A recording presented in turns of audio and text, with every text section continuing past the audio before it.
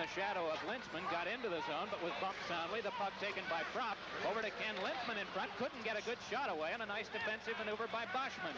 Ahead, it's Martin, wristing it back into the Flyers' far corner with 4:20 left in the second period, and something going on at center ice. Cochrane wants to get at Boschman, but Maloney is there. Moving in is Lintzman, but they're not following that play. They're watching this one. A couple of heavyweights, Dan Maloney and Glen Cochrane, have the dukes up. And they start to wade in, Maloney and Glen Cochrane in the referee's hold for a moment. Then they break it up a little bit looser, and they move closer to the Flyers bench. Cochrane wanted to get at Laurie Boschman first, and then Maloney came in first, and Maloney has landed the most punches. Cochrane has yet to throw one. Now he's getting his right arm free, but Maloney now has grabbed a hold of it and held on, but Cochrane originally wanted Boschman, and Maloney stepped in.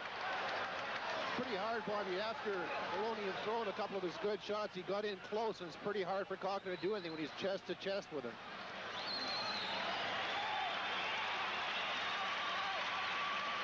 Well, this all began away from the puck.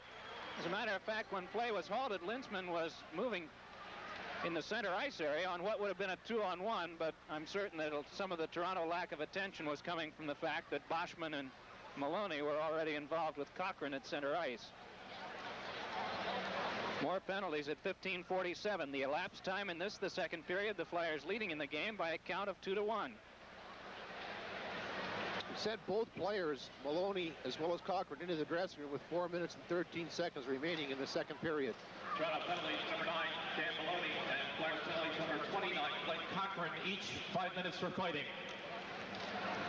Toronto bench minor penalty, 2 minutes for too many men on the ice.